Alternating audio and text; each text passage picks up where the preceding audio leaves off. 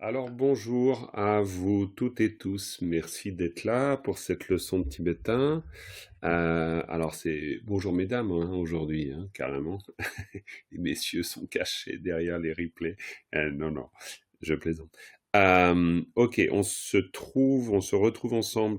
Alors comme vous le voyez sur l'intitulé, leçon 1. Alors leçon 1, ça peut sembler étrange, mais je l'ai numéroté comme ça je sais pas si c'est une bonne idée, mais en me disant que c'est la leçon 1 de l'étude du Dakaïeshi. Bonjour Caro, coucou, qui nous rejoint. Coucou, bonjour. Je me suis dit, voilà, mais maintenant après, je peux changer aussi les choses, mais c'est la leçon 1 de l'étude du Dakaïeshi. Voilà. Par contre, j'ai peut-être pas précisé dans le kit que c'est le groupe Tib 1 pour moi, c'est-à-dire le groupe, on va dire, débutant. Ça, je pourrais peut-être le rajouter éventuellement. Alors, quoi qu'il en soit, le plus important, c'est qu'aujourd'hui, on commence l'étude d'un nouveau sutra. C'est le Dakaïeshi, le sutra de la noble sagesse du moment de la mort. Voilà, une manière de parler de Pakpa Dakaïeshi Shijawa Tekwa Chimpe Do. On verra ça, tout ça ensemble, bien sûr. Pourquoi ce sutra? Une raison très pratique, c'est qu'il est court.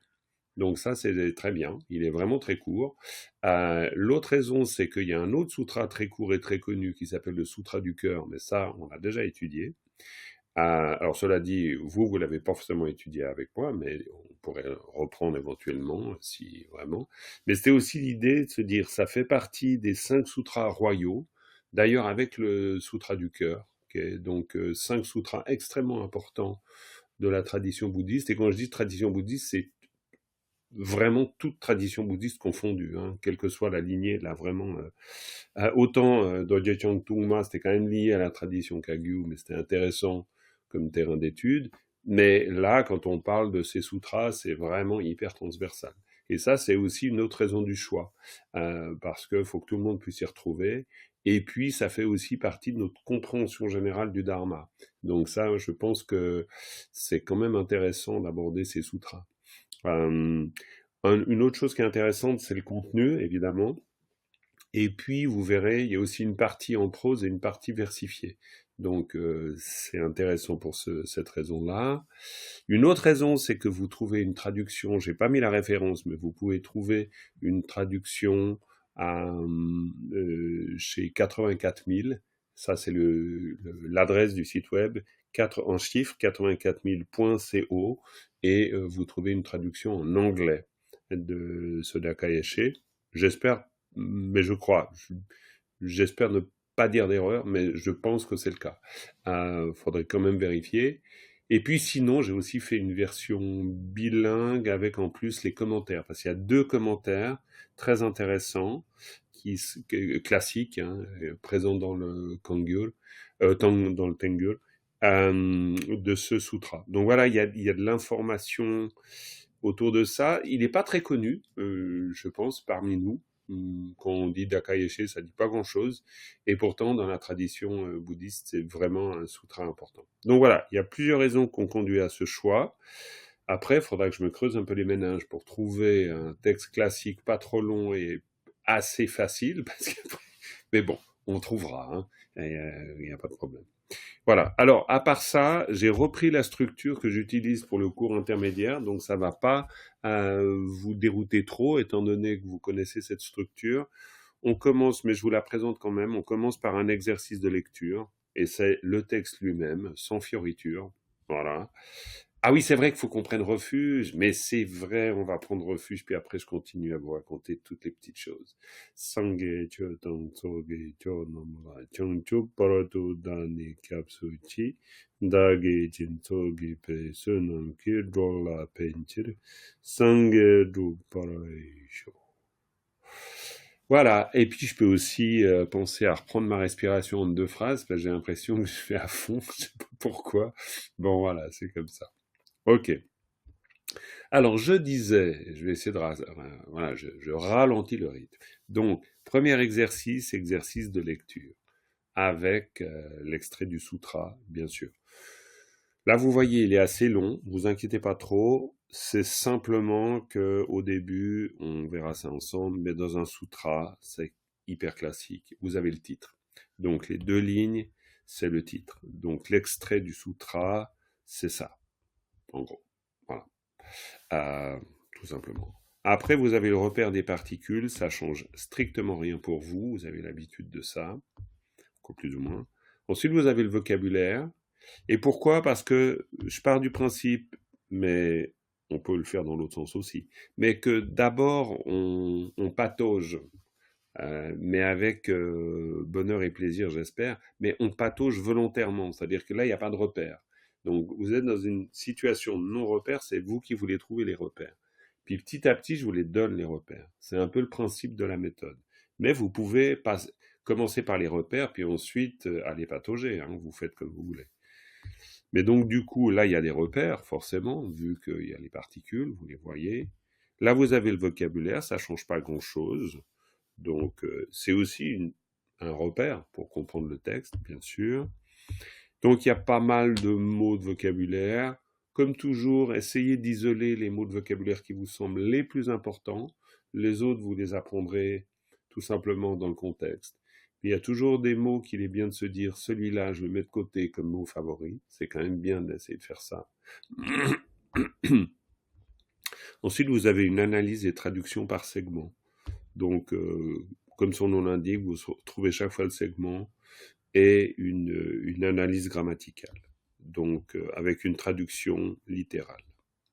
Et puis après cette assez longue partie, bon, quelques notes supplémentaires, vous avez une traduction littérale complète. Littérale, c'est pas une jolie traduction, quoi, elle est pas moche non plus, mais elle suit à peu près la structure du texte tibétain.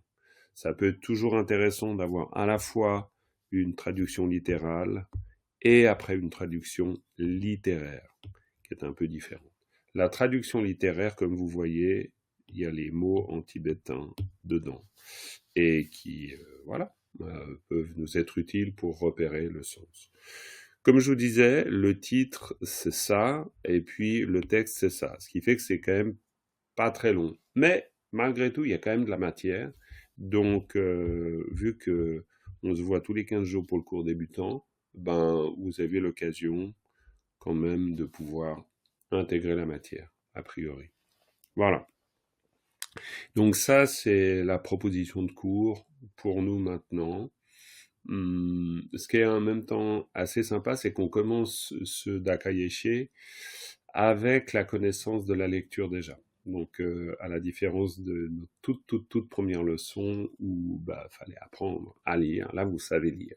Donc, on peut rentrer. Alors, on peut perfectionner la lecture. Rassurez-vous, le 3e niveau, ils sont encore en train de perfectionner la lecture, hein. Donc, bien lire, disons, il y a une belle, jolie marge de progression toujours. Mais vous avez les bases qui vous permettent de pouvoir commencer à faire de l'analyse vraiment. Et le but, je vous le précise, je vous l'ai déjà dit, mais c'est pas de faire de la traduction. C'est d'abord de faire de l'analyse pour comprendre comment les Tibétains expriment, en donnant une grande importance à la lecture. Pourquoi la lecture? Parce que la lecture, alors, bah, j'allais dire même pour un sutra, mais surtout pour un sutra, parce que les sutras sont toujours récités, ils sont lus, ça vient d'une tradition orale d'abord, donc ça peut être une raison. Une autre raison intéressante, c'est que une fois que grâce à l'analyse, on a isolé un groupe de mots, je sais pas, par exemple, tout simple, hein, Chomdende, ça c'est un groupe de mots qui veut dire le Bouddha Bhagawan, on y reviendra. Ben après, par la lecture, vous prenez l'habitude de lire le segment ou le groupe de mots, ce qui revient à peu près au même, et d'intégrer au moment de la lecture le sens. Donc il y a un vrai exercice oral à produire. Parce qu'en fait, sinon, on devient des très bons techniciens, techniciennes, où on peut dire ça c'est ça, ça c'est ça, ça c'est ça, mais ça ne veut pas dire qu'au moment où on lit, on fait le lien entre ce que je lis et le sens de ce que je lis. Donc l'analyse seule suffit pas. Il y a vraiment un moment où il faut mettre en bouche, il faut lire, il faut répéter, même quitte à lire plusieurs fois dans un travail réel de lecture consciente. Et pas juste lire pour lire. Parce qu'en plus, on sait bien, vous le savez certainement, c'est un peu le piège. C'est-à-dire qu'on a des textes phonétisés, on peut même finir par connaître par cœur telle et telle prière, et puis on lit de manière un peu automatique, sans réfléchir au sens. Et donc, il y a un vrai effort de notre part pour pas laisser le sens derrière, mais le faire apparaître au moment même où on lit. Voilà. Donc ça, c'est un peu un rappel de choses qu'on a déjà vues ensemble. Voilà, à part ça, on rentre tout de suite dans l'exercice. Il y a suffisamment de lignes pour en donner pour tout le monde. Donc voilà, donc on peut commencer par l'ordre des vignettes. Je vais commencer du bas en haut. Donc Caro, en tout cas pour moi, je sais pas comment ça s'affiche pour vous. Caro, tu peux par exemple lire les deux premières. Quand je dis lire, c'est soit lire directement, si tu te sens bien avec ça, soit épeler, soit mixer. C'est-à-dire tu lis, puis quand ça accroche, tu épelles. Tu fais comme tu veux. En précisant que ça, t'as pas besoin de le lire. Hein, parce que ça, c'est du sanskrit. Donc le sanskrit, quoi, c'est du sanskrit. Non, c'est faux ce que je vous dis. C'est du tibétain, mais en fait, c'est du sanskrit translittéré à l'aide des lettres tibétaines. En fait, c'est de la phonétique. C'est de la phonétique tibétaine. C'est la manière dont les Tibétains ont eu de phonétiser le sanskrit. C'est intéressant parce que ça suit quasi scrupuleusement le sanskrit lui-même. C'est-à-dire, si on regarde le sanskrit dans ses formes, ce qu'on appelle diacritiques, c'est-à-dire où on utilise, vous savez, ces petits signes qu'on trouve sous les lettres, sur les lettres, etc., ça suit très précisément les signes diacritiques. Par exemple, ici, si je zoome un peu, vous avez un achung dessous, vous voyez. Eh bien, un achung dessous, en sanskrit, c'est pour rallonger le son A. Donc, arya. Donc là, par exemple, ça, c'est arya. Mais, je précise, le titre, c'est un peu cerise sur le gâteau. Vous avez quoi, cerise sur le gâteau, disons. C'est la friandise si vous avez envie de friandise, mais il n'y a pas besoin d'être parfait dans la lecture du titre sanskrit. No problème. Ce qu'il faut savoir lire, c'est le reste. Ok. Donc, vas-y Caro, tu te lances là-dedans si tu as envie, et sinon tu zappes, et puis simplement le reste. Alors, Giagarketum. Vous m'entendez? Très bien. Magnifique. Bon, là, tu vas m'aider un peu, ouais. Bien sûr. Arya, Atya, Bravo. Ya, Zinya, Nana, Mahayana, Sutra.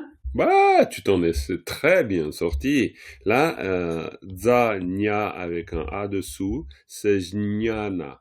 C'est la sagesse. Jnana. Jnana. Jnana. Nama. Nama, ça veut dire bonjour. Namo, nama. Donc, c'est salutation. Mahayana, c'est le Mahayana. C'est intéressant. On le voit écrit comme ça. Hein. Mahayana. Mahayana, bah, c'est le grand véhicule, bien sûr. Et puis, sutra, c'est sutra. Tout simplement, un sutra. Donc, Arya, Atya, Atya, Ya, Jnana, Nama, Mahayana, Sutra. Après, vous aurez, de toute façon, dans la traduction, vous avez le titre à rallonge avec en sanskrit et signe diacritique. Je te laisse poursuivre. Peketu, Pakpa, Pakayesh, Shechawatek, Pachen, Porto. Très bien. Ici, c'est Pakpa Dakayeshe. Hein, c'est Dakayeshe. Dakayeshe. Faisons encore une parce qu'il n'y avait pas grand-chose. Vas-y.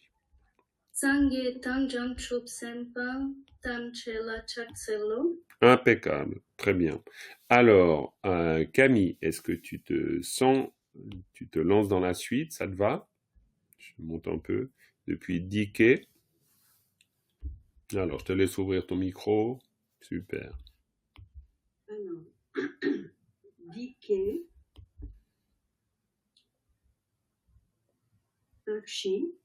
Taki, Très bien. Je le mets Take, Tepa,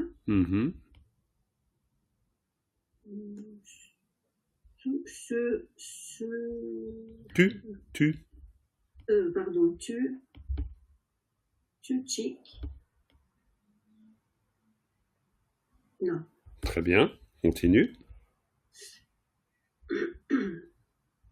Alors, Chonden, oui, Chonden, D. Très bien.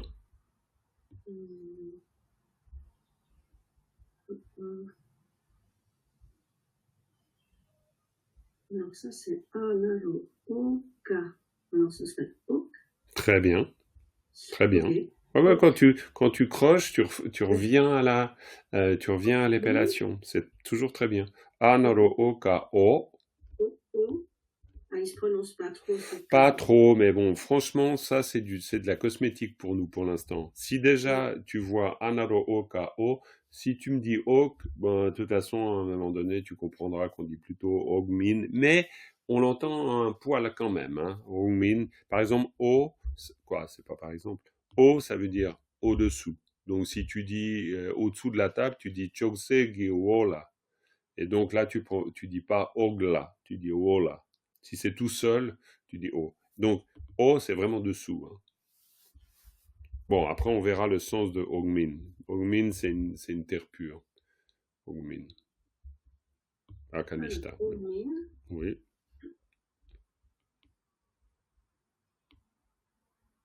Je sais pas pourquoi aujourd'hui je bug total.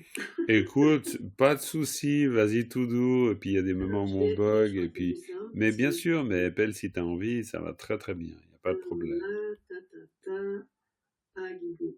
Ouais, alors c'est un ha, attention, la hata la. Hein, la hata la. Alors, bravo. Ouais, la, alors c'est toujours un peu compliqué celle-là, hein, c'est la, ha, parce que c'est un ha expiré, la, ha, ta pour dire lié, hein, on s'en souviendra bien sûr, la, ha, ta, la. Donc c'est la prononciation, c'est un L-H-A, donc la. Donc ça c'est compliqué pour nous comme son, hein, ça fait partie des petits plaisirs avec le na et le la. Ça, c'est des choses compliquées pour nous parce qu'on n'a pas l'équivalent de ce son-là. Donc, la, et puis après, on a un agigui. Donc, la, hata, la, agigui. Ça, c'est comme ça qu'on l'appelle. Hein. La, hata, la, agigui. Après, à la lecture, on va dire hle. Hein. On va allonger le son à cause du agigui. Et donc là, on a gyalpo, donc hle, gyalpo. Bon, on a une suite de génitifs en plus ici, donc hle, gyalpe, etc. Voilà, je te laisse reprendre au lahata. Je vais peut-être zoomer un peu, je te mets comme ça on voit mieux peut-être si tu suis sur l'écran. Ouais, non, je suivais sur mon papier. Eh ben très bien, très bien, très bien. Voilà, non, mais parfait. Okay. Comme ça.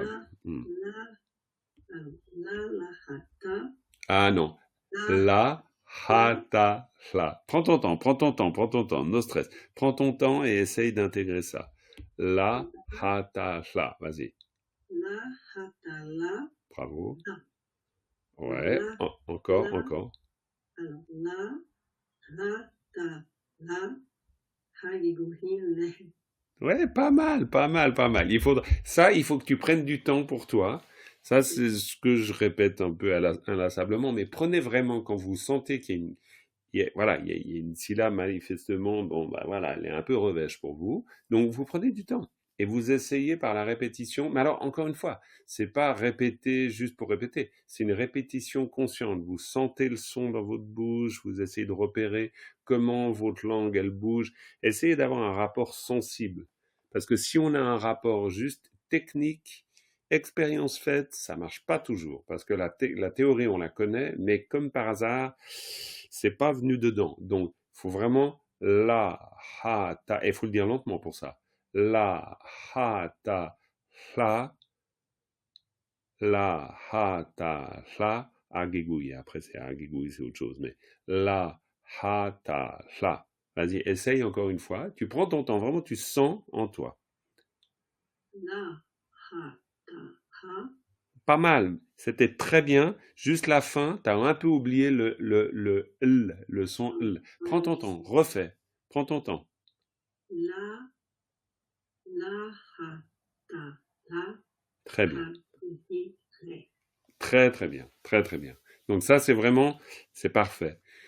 Quand ça accroche, tu prends ton temps, tu essaies vraiment de goûter le rapport sensible, tu te souviens de ça, et puis après, ben voilà, après, à force. Mais chaque fois, par contre, faites-le systématiquement. Parce que sinon, allez, hop, on va trop vite. Et non, parce que ben, on se retrouve avec la difficulté éternelle, quoi, éternelle. Elle traîne avec nous. Donc voilà, très bien. Vas-y, je te laisse poursuivre. Tu peux prendre un galpo, hein, comme ça, tu te reposes un peu. Là, j'ai squeezé, hein, donc tu remarqueras. Mais... Ok, galpo, hagigo, i, kang.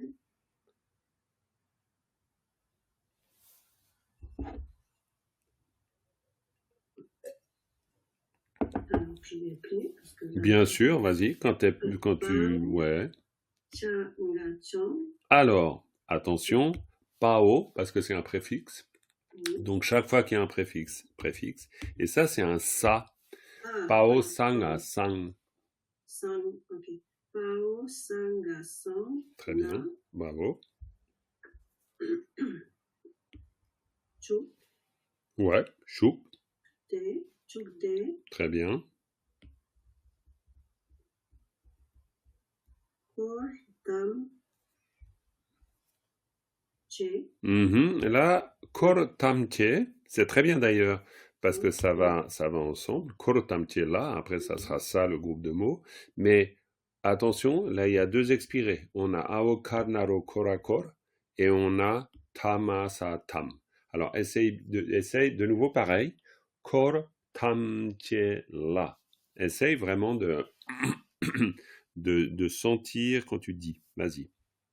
Kor, tam, che, la. Essaye de répète encore, mais avec un petit peu plus d'expiration sur le corps et sur le tam. Kor, tam, che, la. Très bien. Koro tamchela. Koro tamchela. Tamche. Ouais, tamche. Quand on dit tous, c'est tamche. Le mot, c'est tamche. Tamche. Tam, che, la. Très bien. Koro tamchela. Très bien. Je te laisse poursuivre. Che,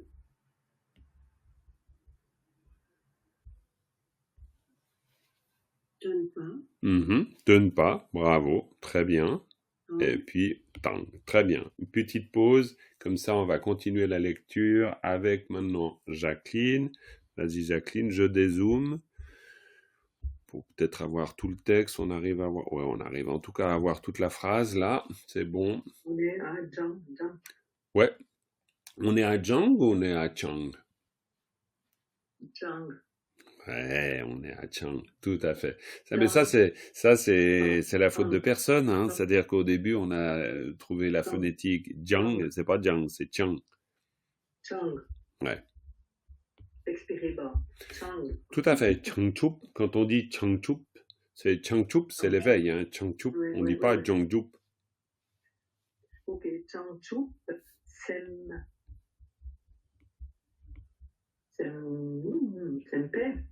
Sempa. Taopa apa. Mais à rallonger alors. Ouais, ben là, quand c'est taopa apa, si on va dire le suffixe a, il est juste une marque orthographique pour pouvoir faire la différence. Derrière, il rallonge pas le son. Non, ça c'est surtout dans le. Ouais, non, Changchup Sempa, non, je crois pas. Écoute, à ma connaissance, non. Peut-être il y a une règle quelque part, mais je la connais pas, quoi. Mais non, puis d'autant plus que quand on dit un Changchup Sempa, on le dit comme ça, quoi. Pa, par exemple, on peut le retrouver aussi dans Pao. Pao, c'est les guerriers.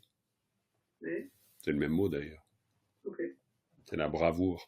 Pa, c'est la bravoure. Donc Changchup Sempa, donc Sempa, Changchup Sempa. Continue. Changchup Sempa. Sempa, merci pour le doublé. Chenpo. Oui. Namke. Bravo. Ning. Pour que. Bravo. Bien rattrapé, bien rattrapé.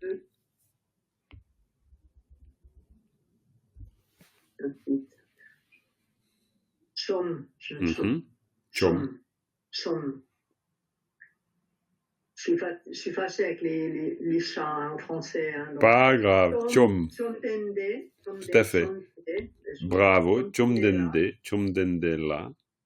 Chaksel, Neti, Alors, Chatselne, c'était parfait. Si tu voulais faire Chatselne, la... Voilà, Chatselne. Chatselne. Ouais, c'est une Mhm, particule. mhm. Ti, Ke, Chetzel, To. Dikeche solto.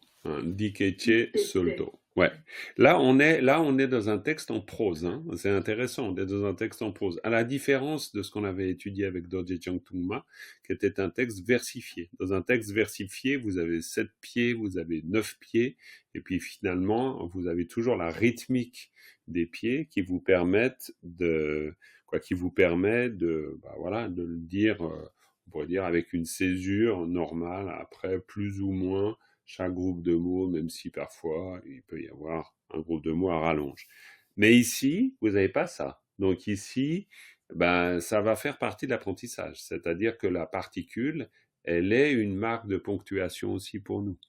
C'est-à-dire que si je dis di keche, attention, c'est di et non pas ti. Aota gigu di, le ta devient da. Donc di keche, c'est un groupe de mots. Solto, c'est un groupe de mots. Mais ça, c'est parce que Chie, c'est une particule, on peut le considérer comme tel, et Naruto, c'est une particule. Et né avant, c'est une particule. Ce qui fait que c'est comme toujours. Là, ça change pas grand-chose avec ce qu'on a déjà vu. C'est-à-dire, vous avez ici une particule, vous avez ici une particule, et vous avez ici une particule. Ce qui fait que, c'est assez simple. Vous avez ici un groupe de mots et ici un groupe de mots. Donc, vous avez chaque fois la particule qui vous met le début, la fin, quoi. Voilà. Ok. Mais très bien, à part ça. Super. À part de 3 petits trucs qui, bien sûr, grattent encore un peu. Mais après, vous avez aussi tout le loisir pendant... vraiment, j'ai eu déjà l'occasion de vous le dire, mais si vous avez peu de temps pour étudier, vous faites que de la lecture. Et vous faites une lecture la plus consciente possible. Déjà, ça, c'est énorme comme boulot. Vraiment énorme. Super. Véro, on reprend depuis le début. Et puis, on continue avec cette lecture. Toi, tu suis sur l'écran ou sur ta feuille? Juste savoir.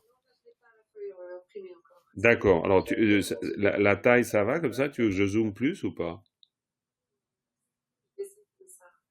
T'essaies comme ça? Parce que sinon, je zoome. Hein. Ah oui, un petit peu comme ça. Oui, merci.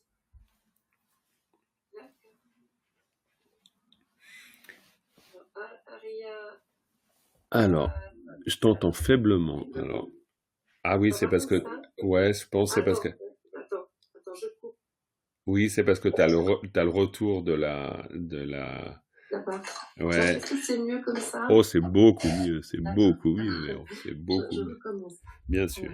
Alors, Gakaketu. très bien. Attention, c'est juste un ke, hein. C'est pas un ke. C'est gagarke. Non, c'est pas grave, hein. C'est juste pour dire. Gakaketu. Ouais. Aria Tiaya. Attends, Aria. Alors. Aria Atiaya.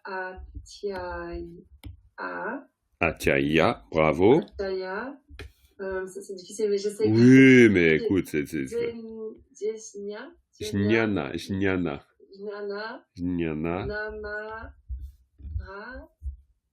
Yana. Mahayana. Mahayana Sutra. Bravo, c'est très bien. Mahayana Sutra. Alors, Peketu. Peketu, tout c'est mieux. Peketu. Ouais.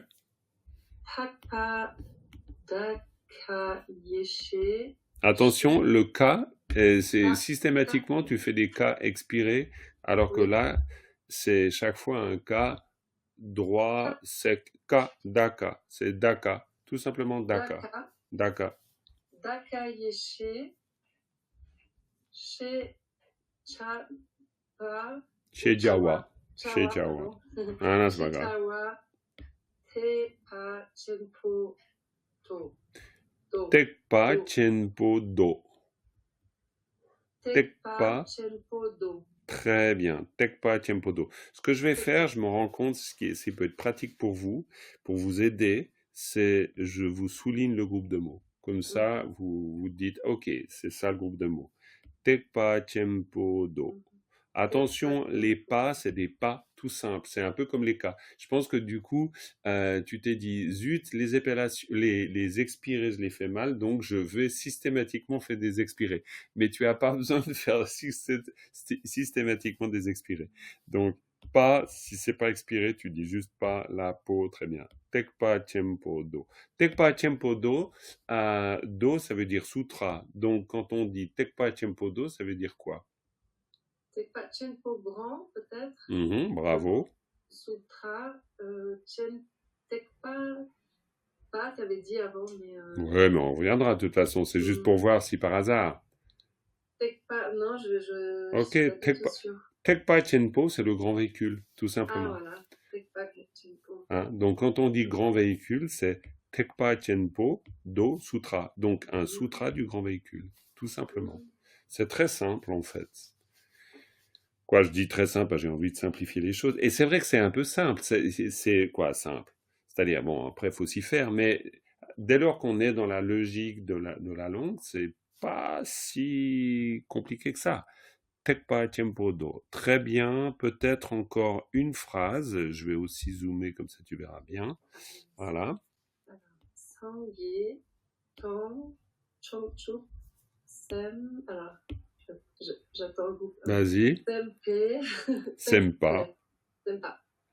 Et Chongchup sempa. Après tu as Tamche Chatselo. Tamchela. Tamchela. Tamchela Chatselo. Très bien. Quand tu vois un la, parce que là on fait un exercice de lecture, mais il y a déjà des informations bien sûr que vous connaissez.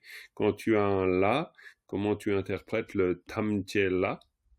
Ça vient avant, enfin, c'est tout ce qui se réfère à avant. Exactement. Là, on a une particule oblique très simple.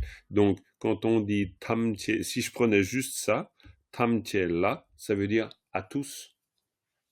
Tout simplement à tous, pour tous, vers tous. C'est aussi simple que ça. Après, des fois, il peut y avoir des finasseries. Mais en gros, en général, quand vous avez là, c'est vraiment, ça indique que la suite se dirige vers ce qui précède, tout simplement. Donc, si ici c'est Chatselo, tu connais Chatselo, ça veut dire quoi? Chatselo. Je rends hommage. Je rends hommage. Je rends hommage, je me prosterne, je rends hommage. Et là, on voit bien que c'est je rends hommage à qui? À tous. Ou je rends hommage vers. Chatsel, Chatsel, le mot Chatsel, Cha, c'est Cha, c'est les mains à l'honorifique. Tsel, c'est le fait de la révérence d'une certaine manière. Donc Chatsel, c'est le signe de l'hommage avec les mains, en fait. Donc rendre hommage, en tibétain, c'est Chatsel. C'est vraiment l'idée avec les mains. Il y a ça fait référence à ce geste d'hommage qui vient de la tradition indienne, bien sûr, hein, avec les mains jointes, qui est un mudra. C'est un mudra ou une mudra. Bref, donc Chatselo, lo, ça te dit quelque chose, Véro? Il me semble que c'était l'année, mais... Non, alors ça peut vouloir dire l'année, mais ici, dans le contexte, ça n'a rien à voir. Non. Dans ce cas-là, c'est une particule finale, tout simplement. Okay. Très simple. Et la particule finale, bon, il peut y avoir des explications, mais franchement, on peut s'en passer, étant donné que c'est simplement quasi tout le temps, la répétition de la lettre à la fin. Tout simplement. Donc, si tu as un la à la fin, ben, tu dis lo, tout simplement. Si ça se terminait avec un sa, tu dirais so. Tout simplement. Alors bon, ça c'est une règle, après elle pourrait être affinée la règle, mais ça nous suffit comme règle pour nous, pour l'instant largement. Par contre, une chose intéressante avec une particule finale, c'est que autant une barre ne signifie pas un point en tibétain, autant une particule finale signifie vraiment la fin d'une partie. Et c'est la fin d'une partie vraiment, c'est-à-dire c'est la fin d'une séquence en fait. C'est c'est plus qu'une marque de paragraphe. C'est vraiment là on a affirmé quelque chose, on a dit quelque chose. Là l'énoncé est au complet. Et c'est normal parce qu'en fait ici on est en train de rendre hommage. Et dans la structure, ça vous sera rappelé dans le PDF que vous découvrirez. Mais Dans On la... doit baisser la voix, on doit Hmm, non, baisser le ton un peu. un peu, une Chatselo, pas forcément. Par contre, c'est important de savoir que du point de vue du sens, vous êtes à la fin d'une partie. Et vous avez donc, dans une structure traditionnelle pour un sutra, le titre tout le temps. Et ça, c'est très important. Vous avez le titre en sanskrit et en tibétain. C'est une manière d'authentifier pour un sutra. Donc ça veut dire que ça vient de là, ça vient de la tradition indienne. C'est pour ça que dans tous les sutras, ils auront leur titre en sanskrit. Ensuite, la version tibétaine, ça on est d'accord. Maintenant, on rajoutera le français. Et puis après, vous avez une salutation. Tout le temps. Soit une salutation à Manchushri, une salutation au Bouddha. Il peut y avoir différentes formes de salutation, mais il y a toujours une salutation. Puis après, on plante le décor et après, les acteurs rentrent en jeu. Et ça, c'est la structure classique d'un sutra. Très bien, parfait. Alors Dominique, maintenant. Dominique, tu suis à l'écran, tu suis devant chez toi? Non, je suis plutôt sur le papier, mais D'accord, ok, très bien. Dans ce cas-là, je zoome pas de trop. temps en temps. Ouais, très bien. Alors tu reprends à Sangé. Sanglé? Ouais, Ok. quoi, parce qu'on a fini à Chatselo. Excuse-moi, non, je suis bête. On a fini à Chatselo, donc Dike.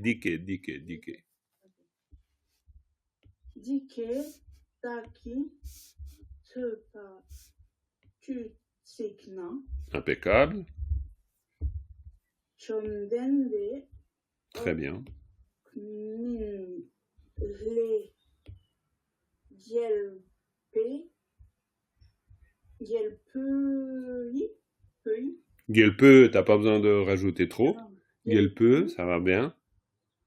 kansana, shukte, Bravo, là tu t'en es bien sorti, hein, parce que c'est un passage compliqué, hein. Bravo. Gelpeux, Kansana, Jukte, ça c'est tout un groupe de mots. On verra pourquoi. Que vous pouvez, comme tous les groupes de mots, vous pouvez les diviser. Hein. Galpo, on pourrait dire ça c'est un mini groupe de mots avec un génitif. On est d'accord. On reprendra ça après quand on fait vraiment l'analyse. On verra. Galpo quand s'en ajouté, très bien, kortanshila, très bien, chenpa, tong, impeccable, très bien. Ok, ben ouais, allez, va jusqu'à la fin, ça te fera du bien et à nous aussi. Allez. Et bien sûr, tout le monde peut lire, hein, même si vous avez le micro fermé, on est bien d'accord. Hein. Vas-y. Chanchuk sempa, Très bien. sempa chenpo, Parfait. namke nimpe, Impeccable, bravo. chondendela, Impeccable. chatselne, Ah ouais, très bien. dike solto. Très bien. Dikeche, ça aurait été encore mieux. Solto, parce que c'est un cha, c'est pas un tsa. C'est un cha. Dikeche, solto. Très bien, mais la césure, tu les as faites vraiment impeccables. Donc, ça avance, c'est bien, c'est bien. Bah écoutez, on a tout ce qu'il faut pour faire de l'analyse de texte maintenant. Pas de problème, hein. Donc là, ça c'est repère des particules, c'est pour vous. Hein. C'est-à-dire que quand vous êtes tout seul, tout à coup vous dites, ouf, là au fait, elle est où la particule? Ok. Et donc nous, on va directement travailler dans le texte. Alors, on peut déjà dire quelque chose ici qui peut être intéressant. Qu'est-ce qui quoi, je pense que vous l'avez repéré, la particule, hein, elle est grosse comme une maison. Vous la voyez ici? Vous pouvez ouvrir votre micro. Hein. Attends, je t'entends pas très bien, Véro. Le tout. Le tout. Ah, Gagar. Ah, ça c'est très intéressant. Gagar. Ouais, c'est intéressant. Gagar et tout. C'est vrai que le ra, on pourrait se dire, tiens, c'est une particule. Alors c'est l'Inde en fait. Gagar, ouais. Gagar, gar, c'est, je veux pas vous dire de bêtises, mais gar, c'est dans le genre de forteresse, de maison. Donc Gagar, c'est comme grande maison. Hein, Gagar. À vérifier, hein. Si vous avez un dictionnaire, vous pourrez vous m'amuser à vérifier. Par contre, il y a une particule qui, elle, fait aucun doute, quoi. C'est le tachaptutu. Je dis aucun doute parce que, à la rigueur, Gagar, peut-être qu'au départ, allez savoir. Bref, ok.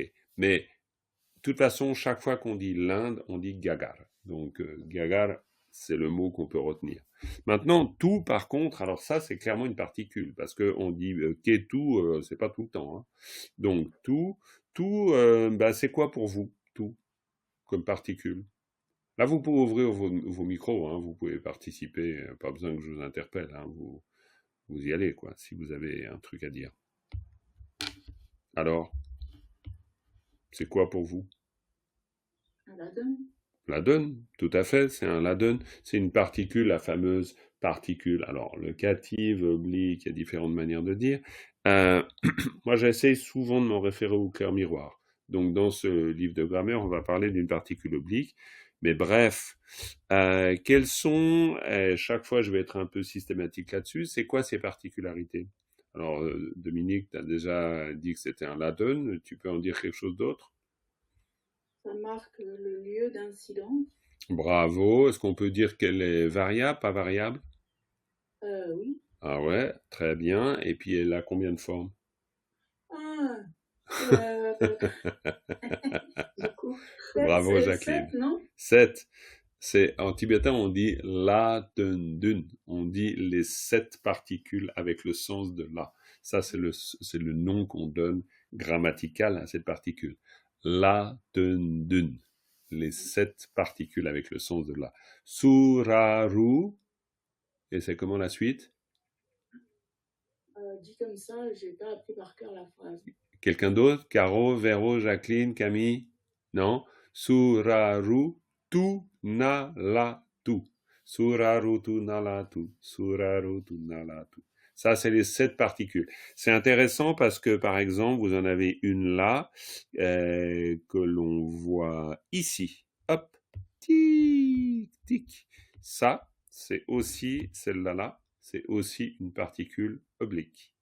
On verra, hein. Mais je fais exprès de vous pointer celle-là, parce que justement, on oublie un peu. Le na, souvent, on va l'associer au si d'aventure, il y avait, hein, si on mettait pareil en bouteille, mais le na, c'est aussi une particule oblique. Surarutu na latu. Et donc, ça peut aussi marquer le lieu. En général, dans les textes classiques. Dans la langue parlée, on va surtout retrouver la forme la, ici. Hein? Donc voilà, là vous en avez une, là vous en avez une, donc tic, tic, là vous en avez 3 déjà. Particules. Très bien. Donc Gagar-Ketu, alors maintenant, pourquoi on marque le lieu d'incidence? Qu'est-ce qu'on peut comprendre? Alors ça, on est bien d'accord que c'est la fonction fondamentale de la particule. Hein. Quand on parle de fonction fondamentale, ça n'empêche pas qu'elle peut avoir d'autres fonctions. Là maintenant que vous avez plein d'infos sur les particules, quand vous ne savez pas que faire, que la soirée est très longue, vous pouvez toujours vous jeter sur les informations sur les particules, j'en doute pas. Donc voilà. Mais la marque d'incidence, elle indique quoi? D'une manière très globale. Après, on verra de manière fine. L'origine? Non. Le lieu? Ouais, Là le où lieu. se passe l'action. Enfin, là où se passe quelque chose. Là où se passe quelque chose. Tout à fait. Ici, cette particule, elle va pouvoir se traduire, par exemple, par en, en. Donc, en sanskrit, quand on dit en sanskrit. Alors précisément, là je vais vous faire un petit laïus que vous allez oublier après, et c'est pas grave du tout. J'y reviendrai progressivement, parce que vous n'avez pas besoin de le savoir par cœur. Là, pour l'instant, vous avez besoin de savoir que c'est une particule oblique, particule dative, locative, comme vous voudrez, qui marque le lieu d'incidence, et ça déjà très bien. Maintenant, d'une manière un peu plus précise, c'est une marque d'incorporation, qu'on appelle TENI. Et ça va vous aider à comprendre pourquoi on traduit ça par EN. Pourquoi? Parce qu'une marque d'incorporation, on dit que on traduit en sanskrit, on dit en sanskrit. Donc c'est une façon de dire que la chose qui suit la particule est en fait une forme de transformation de ce qui précède la particule. C'est pour ça qu'on dit en sanskrit. Et on utilise cette particule pour justement exprimer ce qu'on appelle téni, c'est-à-dire en cela même, littéralement. C'est-à-dire on dit en quoi ou vers quoi ça va. Ben, on pourrait dire, alors pour essayer de le comprendre facilement, ça va en sanskrit. C'est-à-dire, si on le dit en sanskrit, un peu comme si sanskrit c'était un lieu, mais évidemment au sens tout à fait figuré, mais pour dire que la suite se retrouve dans ce qui précède. Il y a l'idée de se retrouver dans ce qui précède. Donc ça, c'est une fonction particulière qu'on appelle téni. Comme je vous dis, vous n'avez pas besoin de le retenir. C'est juste une info qui traîne quelque part et puis qu'on reprendra un jour. Ça peut être utile dans certains cas où tout à coup on se dit, mais tiens, je comprends pas pourquoi il y a une marque, une particule qui normalement me marque un lieu, alors que là, je vois aucun lieu. Ben, quand je vois pas un lieu d'une manière très visible, très évidente, parce que là on parle, encore là on pourrait, si on a Gagartu, c'est en Inde, donc là c'est du classique, mais on a Gagarke, donc la langue indienne, hein, Ke c'est la langue, Ke c'est la langue, donc Gagarke c'est l'indien, l'hindi, c'est le sanskrit en fait à l'origine, d'accord? Ke c'est, si vous dites le français, vous le dites comment, sachant que Ke ça veut dire la langue? Sur ce modèle, hein, sur ce modèle, vous dites comment le français? Pransketu. Alors, ça serait en français, tout à fait, mais juste le français, c'est parentike. Franske, parentike, tout à fait. Et si on veut dire le tibétain, caro, on dirait quoi? Peke. Peke, absolument, peke. Donc ça, c'est très simple, hein, vous rajoutez ke à la fin, puis vous avez English ke, voilà, bon, c'est très simple. Lhasa ke, la langue de Lhasa. Quand on est au Tibet, on va faire la différence entre le Kam ke, la langue du Kam, et Lhasa ke, la langue de Lhasa, qui sont différentes manières de parler le tibétain.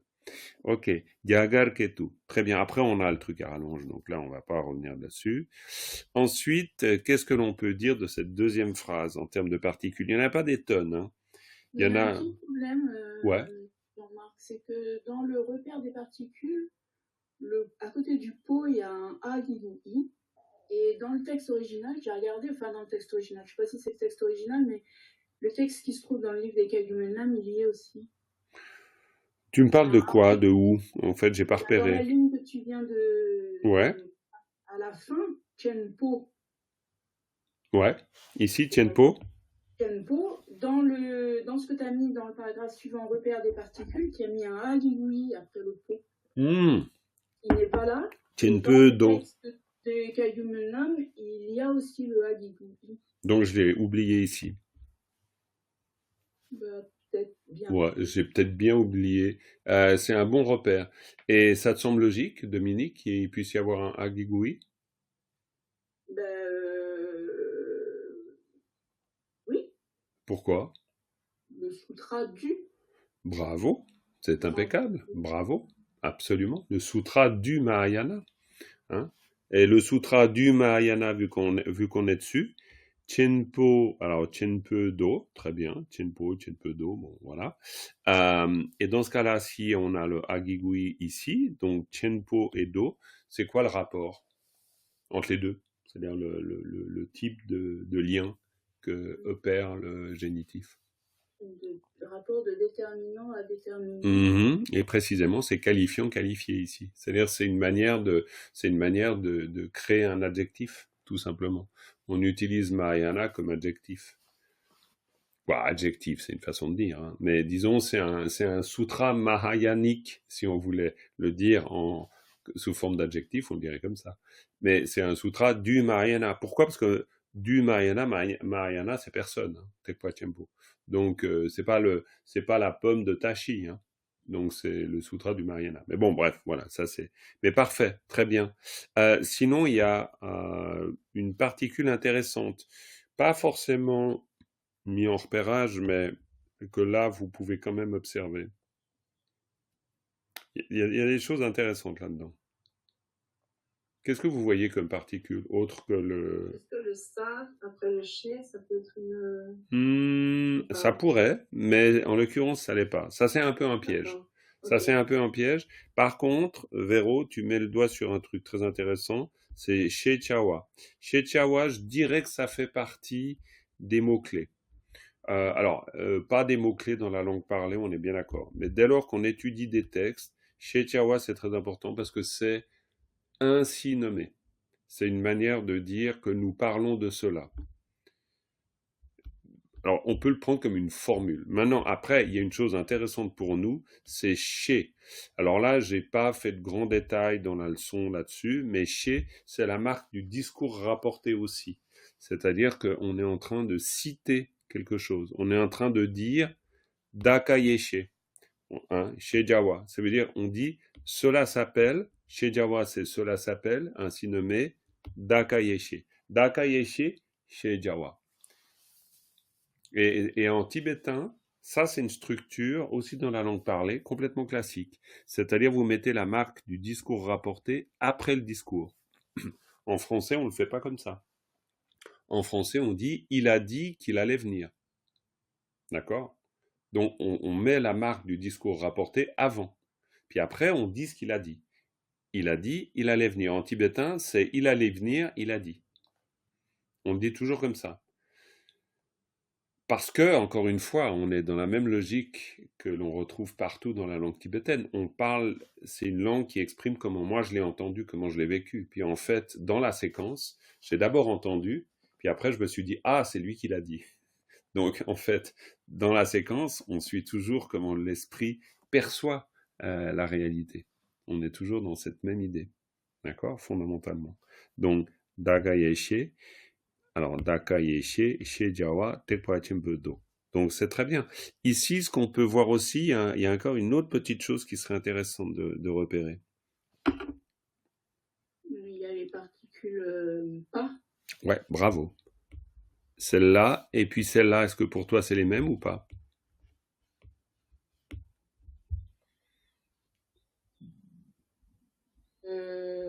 Ah, ah. Euh, oui, Oui. c'est les mêmes. Ouais, tout à fait. Caro, tu opines du chef et tu as raison d'opiner du chef. Oui, puis il y a même encore le pas de Tekpa derrière. Exactement, il y a le pas Et de le pot Tekpa de derrière. Chinpo. Et le pot de Chenpo. Voilà, on en a 4 ici. Et on en a 4 et elles sont complètement les mêmes. Et c'est des nominalisateurs. Alors, elles sont pas forcément mises dans le repérage parce que voilà, on n'a pas besoin de forcément les mettre. Est-ce que je les ai mises ou pas? Non. Tekpa, Chenpo, voilà, ça suffit. Mais en fait, c'est quand même bien de les repérer parce que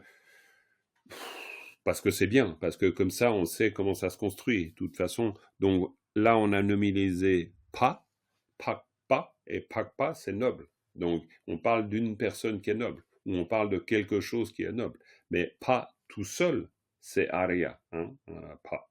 Donc, c'est toujours le principe de la nominalisation. Si on dit tek, tekpa, c'est ceux qui supportent, mais tek, c'est supporter. Donc, on est toujours dans la même construction, hein, pour dire véhicule. Chez Chao, c'est pareil. C'est-à-dire, cha, c'est l'action, wa, c'est nominalisé. Donc, l'action de dire. Chez cha, hein, l'action de dire. Donc, ainsi nommé. Ce qui est nommé. Donc, wa, on a nominalisé chez cha. Chez cha, c'est dire, d'une certaine manière, ou nommer. Donc, après, on met un wa derrière, donc on a nominalisé. Donc, nommer, ça devient un participe passé, nommé, ou un substantif, dans ce cas. Remarque, Oui, du coup, Pakpa, c'est Daka Yeshe qui est Pakpa ou c'est le Pakpa c'est le Daka Yeshe des Pakpa? très grande question à laquelle je ne sais pas répondre. Aucune idée. Ça, il faudrait voir dans les commentaires. Mais je pense que ça peut être les deux. C'est-à-dire Pakpa Daka Yeshe. Ça peut être à la fois la sagesse du moment de la mort ou la noble sagesse du moment de la mort. Mais ça peut aussi être la noble sagesse des Aryas par rapport au moment de la mort. Ça, c'est des choses qui seront explicitées dans un commentaire. Là, on n'a pas toutes les infos en fait. Par- Et alors, si on regarde dans le titre en sanskrit, il y a Arya de Absolument. départ. Ouais. Mais ça nous dit pas. Il faudrait connaître le sanskrit, hein. Moi, je le connais, je sais pas. Donc, je saurais pas si vraiment on parle d'une personne, les Aryas, ou on parle d'un adjectif Arya dans le sens de noble. Ok. Ça, je sais pas. Par contre, dans un cas où on a Pakpe Denpashi, les 4 vérités des nobles, pendant longtemps, on a dit les 4 nobles vérités, mais aujourd'hui, très clairement, on traduit en général par les 4 vérités des nobles, parce que c'est Pakpe Denpa. Parce que, d'une manière très claire, maintenant, on le sait dans les commentaires, quand on dit les 4 vérités des nobles, Pakpe Denpa, hein, on n'a pas, simplement on met un génitif, puis après on met Denpa, se faire Denpa, je ne sais plus comment ça s'écrit, je crois que c'est Aoda Debudena Den, j'ai un doute, parce que c'est la vérité, c'est l'idée de vérité, donc vérité des nobles, parce que, excusez-moi, quelle horreur. Mais parce que on sait que c'est la manière dont les êtres réalisés voient la réalité. Et ça, c'est dit dans les commentaires. Donc, c'est la réalité des nobles, c'est la vérité des nobles. C'est pas la vérité du commun du mortel, par exemple. Donc là, on pourrait penser la même chose, c'est-à-dire qu'on parle en plus de Yéché. Et Yéché, c'est une sagesse primordiale, évidemment. Donc la sagesse primordiale, on fait bien une différence entre Sherab, qui est la connaissance d'une manière générale, qui peut vouloir dire aussi sagesse, mais ça peut s'utiliser pour connaissance, et Yéché, qui est la sagesse primordiale, et qui là est liée à la sagesse ultime, en fait, la sagesse profonde. Donc Daka Yéché, c'est la sagesse primordiale du moment de la mort, et la noble sagesse, ou la sagesse des nobles, ça je ne saurais pas trop vous dire. Mais, quoi qu'il en soit, c'est quelque chose que les Bouddhas connaissent, mais que nous ne connaissons pas forcément. La mort, pour nous, ça fait peur, point.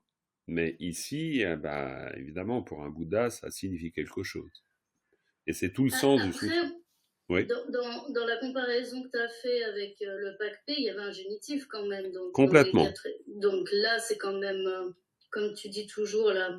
Ouais, la vérité du texte. Oui, voilà, la vérité du texte. Mais T'as là, il n'y raison. a pas de génitif. Non, Donc, non. voilà. Ouais. Ok. Ouais, c'est clair que c'est pour ça que ça pourrait être.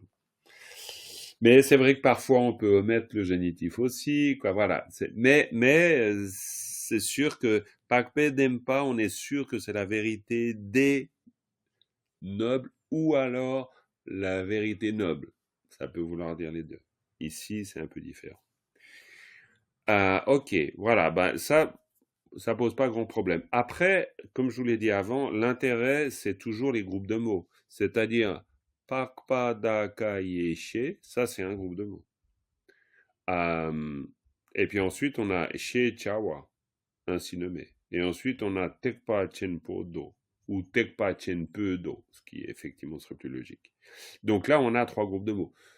Et là, je reviens sur ce que je vous disais avant. Quand vous apprenez à le lire, vous apprenez à la fois à, évidemment, régler le problème de la lecture de telle et telle syllabe, mais après, Pakpa Daka Yeshe, She Chawa, Tekpa Chenpe Do.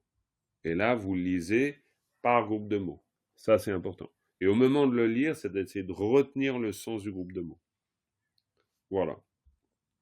On peut analyser... Ah, c'est 12h28. Ça va vite quand même.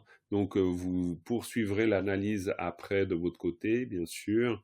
Et on reprendra tout ça. Essayez d'en profiter aussi, de revenir quand vous avez une question sur une particule, vous revenez sur l'information que je vous ai donnée dans les précédentes leçons, bien sûr. Parce que là, maintenant que vous commencez à avoir beaucoup d'informations. Mais voyons encore cette phrase ici. Véronique, Camille, pour vous faire un peu intervenir, qu'est-ce que vous voyez là? Les autres aussi, bien sûr, tout le monde regarde, mais est-ce qu'il y a là dans cette phrase, la troisième, des particules qui vous sautent à la figure, si je puis dire? Le temps, Le tang, bravo, le tang, est-ce qu'il y en aurait une autre? le la, non, à la fin, là, avant le la, chatselo, le la. Absolument. Après le tamtier, là là Camille et Jacqueline, alors là vous êtes fait bouffer toutes les particules devant le nez là. Il vous reste qu'une quoi, quasi. C'est Alors, avec micro, l'eau, avec micro, l'eau. Là, quand on est un petit groupe comme ça, vous pouvez laisser ouvert vos micros, hein, puis intervenir, il n'y a pas de problème. Très bien. De toute façon, voilà, il n'y a pas de concours, hein, donc tout va bien. Mais tang, là, l'eau. Assez simple. Donc, si on a un tang, on est forcément dans quelque chose comme ça, hein. Maintenant, bien sûr que notre deuxième groupe, pourquoi? Parce que là, on a un tang, on est d'accord, hein. Donc, notre deuxième groupe, il va falloir... Le tang, c'est forcément... Donc ça, c'est forcément le début, hein, on est d'accord, hein, ça ne peut pas être autre chose. Ça, c'est forcément la fin, ça ne peut pas être autre chose. Parce qu'on a un tang. Donc, et. On a tac, et puis on a... Et on s'arrête où, là? là. Bravo, on s'arrête à là. Et c'est ça le repère qu'on fait, c'est-à-dire hop, hop. Donc, tang, là. Alors après, on vérifie si effectivement là, c'est digne d'être considéré comme un seul groupe, mais en l'occurrence, oui. Pourquoi? Parce qu'on a les sanghé, qui veulent dire Les éveillés, les Bouddhas. les éveillés, les Bouddhas, et on a Changchup Sempa Sempa, Changchup Sempa Tamche, qui veut dire Les Bodhisattvas. oui, mais qu'est-ce qu'on fait du Tamche? Tous les. Oui, oui. Tous les bodhisattvas. Et ça, c'est très important. Justement, quand vous lisez le segment, Changchup Sempa Tamche la, alors bien sûr que là, faudrait dire le la à la fin, mais le groupe de mots, c'est Changchup Sempa Tamche. Ça veut dire tous les bodhisattvas. Et de vous habituer à faire une lecture, comme on vient de le faire maintenant. Vous faites la lecture, tac, vous acquérir le sens en vous. Vous intégrez le sens par la lecture. Oui. Tous, c'est tamche, c'est les deux ensemble. Hein. Yes. Tamche. Tamche la. Alors après, quand on lit, on va lire avec le la derrière. Changchup sempa tamche la. Chatsello. Je rends hommage. D'accord. Donc vous voyez, la structure la construction d'un sutra, c'est assez simple. Oui, Jacqueline, tu voulais dire? Oh, ok, d'accord. Voilà, donc c'est assez simple. On a été jusque-là. Évidemment que là, il vous reste la suite à analyser de la même manière. Essayez d'être un peu systématique sur votre méthode, c'est-à-dire là, vous décidez de patauger, super, ou alors au contraire, vous faites un travail sur le repère qui va vous aider ensuite à revenir au texte, ou alors un travail sur le vocabulaire, parce que n'oubliez pas, hein, le vocabulaire, c'est un repère aussi, hein. Si on connaît le mot sangué, ben évidemment qu'on n'a pas de doute. On sait que il y a très forte chance que ça soit un mot qui tient ensemble. Là, vous verrez, il y a des moments, par exemple, si vous êtes venu au cours intermédiaire, vous voyez qu'on parle de Tenching del Warechungwa, c'est-à-dire on parle de la coproduction conditionnée, ce qui nous fait un mot à rallonge. Bah voilà, donc après vous connaissez le mot à rallonge, donc ça vous fait aussi un repère. Ok, voilà. Et n'hésitez pas de revenir dans les documents que je vous ai donnés sur la particule oblique, sur le génitif, sur tout ce qu'on a vu de temps en temps pour rafraîchir. Parce qu'il y a quand même des finesses, les différentes fonctions, etc. pour mettre ça au clair. Ok? Voilà? Oui, dis-moi. En début de prochaine fois, on peut relire pour voir si on a bien compris là où se trouvent les césures. Ah, mais ouais, bien sûr, tu as tout à fait raison. Donc, on fera ça. De toute façon, j'aime bien commencer par un exercice de lecture. Donc, relisons cette partie. On n'a pas besoin de... Moi, je vous donnerai un support de toute façon hein, pour la prochaine fois. Mais on peut très bien... Pardon ? Éventuellement, Jean-Marc, s'il te plaît, est-ce que ce serait possible que tu le lises jusqu'à... Oui, bien sûr, on peut faire ça. Absolument, tu as tout à fait raison. Comme ça, vous l'aurez à la fin du replay et vous pourrez le lire. Gyagar Ketu. Arya Atyaya Jnana Nama Mahayana Sutra. Peketu. Pakpa Daka Yeshe Shechawa Tekpa Chempedo. Là, je l'ai lu comme s'il y avait le génitif, donc 택바 쳔푸도 상계당 정춥 셈바 탐체라 차첼로 디케 다기 tö바 뒤직나 좀된데 옥민 라겔브 강상나 슈때 콜 탐체라 최든바당 정춥 셈바 셈바 첸포 남케 닝브 좀된데라 차첼네 디케체 solto. Et là, on est au début de l'histoire. Pourquoi on est au début de l'histoire? Parce qu'on a le Bodhisattva à Namke Nyingpo, essence de l'espace, qui s'adresse au Bouddha. Et là, à la fin, c'est comme dans les épisodes d'une bonne série, il lui pose une question, mais on n'a pas encore la réponse. Donc c'est insoutenable, il va falloir qu'on attende la réponse, bien sûr, mais un sutra est très souvent construit comme ça. C'est-à-dire on a une mise en scène, on sait où ça se passe, on l'a ici, ça c'est le lieu, et puis après, une fois qu'on a dit le lieu, on fait entrer les personnages. Et les personnages ici, eh bien, c'est Kishtigarbha, c'est donc notre Bodhisattva, et qui va jouer le rôle du questionneur. Il questionne. Et il questionne le Bouddha, en l'occurrence. C'est pas toujours le cas dans un sutra. Des fois, le Bouddha reste en retrait, et c'est une question un dialogue qui se passe, par exemple, entre Chenrezig et Shariputra, comme dans le Sutra du cœur, ou entre Manchushri et quelqu'un d'autre, quoi, voilà. Ok. Voilà, ça m'a fait très plaisir de faire cette leçon avec vous et de commencer ainsi l'étude du Dakayeshi, qui est un magnifique sutra, court mais très profond et très important, vraiment, donc parfait. On fait une dédicace. Sonam diye tamche zilpani tomne nyebe dranam pamjene kega nachi balak tupai sipe tsole dowa dolwaraisho. Merci beaucoup et à tout bientôt. Bye bye tout le monde.